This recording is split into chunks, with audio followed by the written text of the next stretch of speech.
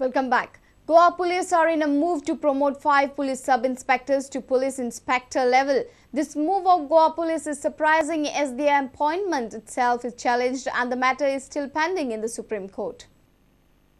Honorable High Court of Bombay at Goa had kept aside selection of 31 police sub-inspectors by an order dated 12 February 2004. 26 male PSIs and 5 female PSIs were selected by the Goa police during the year 2002.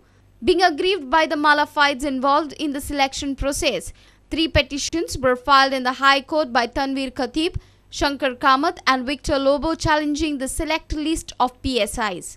Tanveer Khatib, main petitioner who himself was the part of 2002 selection process, speaking to Prudent media explained that in 2004 High Court found that the whole process was tainted and illegal. Khatib said that the present PSI had undue favor and advantage over most of them. How can these people be promoted when their appointment itself is unconfirmed? That is the first question. Second question, it is quite surprising, appointment of PSIs. When the government went on appeal in the Supreme Court and subsequently it felt that it should withdraw its appeal, has withdrawn. How can a government of Goa take one stand and the police department take another stand by promoting? Tanveer claimed that any move to promote these 5 PSIs from the same batch of the 31 will amount to contempt of court as the matter is sub judice. He further stated that he will fight for the justice and will get stay from Supreme Court against any order of such promotions. With this move of Mr. Khatib, these 5 PSI promotions can engulf into fresh legal controversy. Incorrect by the police department itself when the department deals with internal and with sensitive documents. How can it go ahead and promote certain people who shouldn't be figuring among them? I will definitely fight. I will see that justice is done and I will see that any order which comes, I will challenge it and I will get a stay against this in the Supreme Court. A reporter from Panji Basuri Desai with video journalist Sunny Narvikar. Berth number 11 at the MPT will be mechanized soon, thus reducing coal pollution in the state. Chairman of the MPT, M. Pandian, says they are trying to reduce manual transshipment. He also emphasized the importance of continuing the work at berth number 7. He says if it is stopped, it will affect almost 500 to 600 workers on the project. MPT has been facing a lot of agitation and protest over the coal handling at the MPT berths. Chairman of the MPT, M. Pandian, says that MPT is trying to reduce manual transshipment of coal, thus reducing coal pollution in the port town. He also informed us that High Court has directed them to have a mechanized berth at 11. Why the lot of dust is coming? The ship is coming, loaded on the terminal, from there to second taken to the what you call yard. So there are transshipments taking place, manual transshipment. So this will reduce it. In fact, last time I told the government also, like we'll try to minimize handling in the terminal, so that pollution will come down. And once we try to go for 11 also, we're going on a PP project. That's the government of India direction. Berth number 11 where we're handling coal, we'll go for a PP project and we'll have a covered kind of a thing. In fact, there's a direction from the High Court also, telling that we should go for the as early as possible. They fix a time limit for us. Goa Pollution Control Board had directed MPT to stop work at berth number 7. However, Pandian emphasized the importance of continuing the work of this project. He claims that almost 500 to 600 workers will be affected.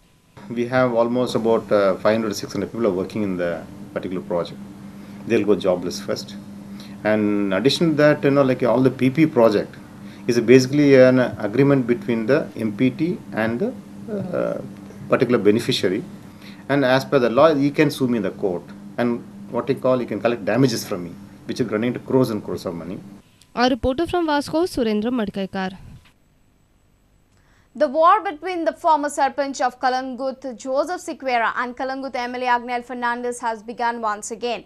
Joseph has alleged that there are illicit activities going on in Kalangut and Kalangut MLA Agnel Fernandez has failed to take necessary action.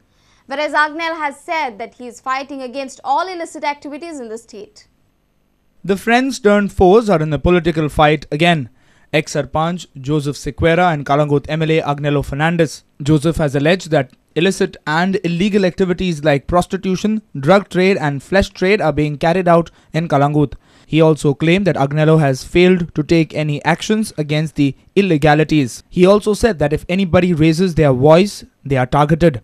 I have spoken with Mr. Brar about this person, about the drug use, there is no development in Kalangut. I mean to say that if prostitution and drugs are there, and you are the MLA, and you can't tackle it, right?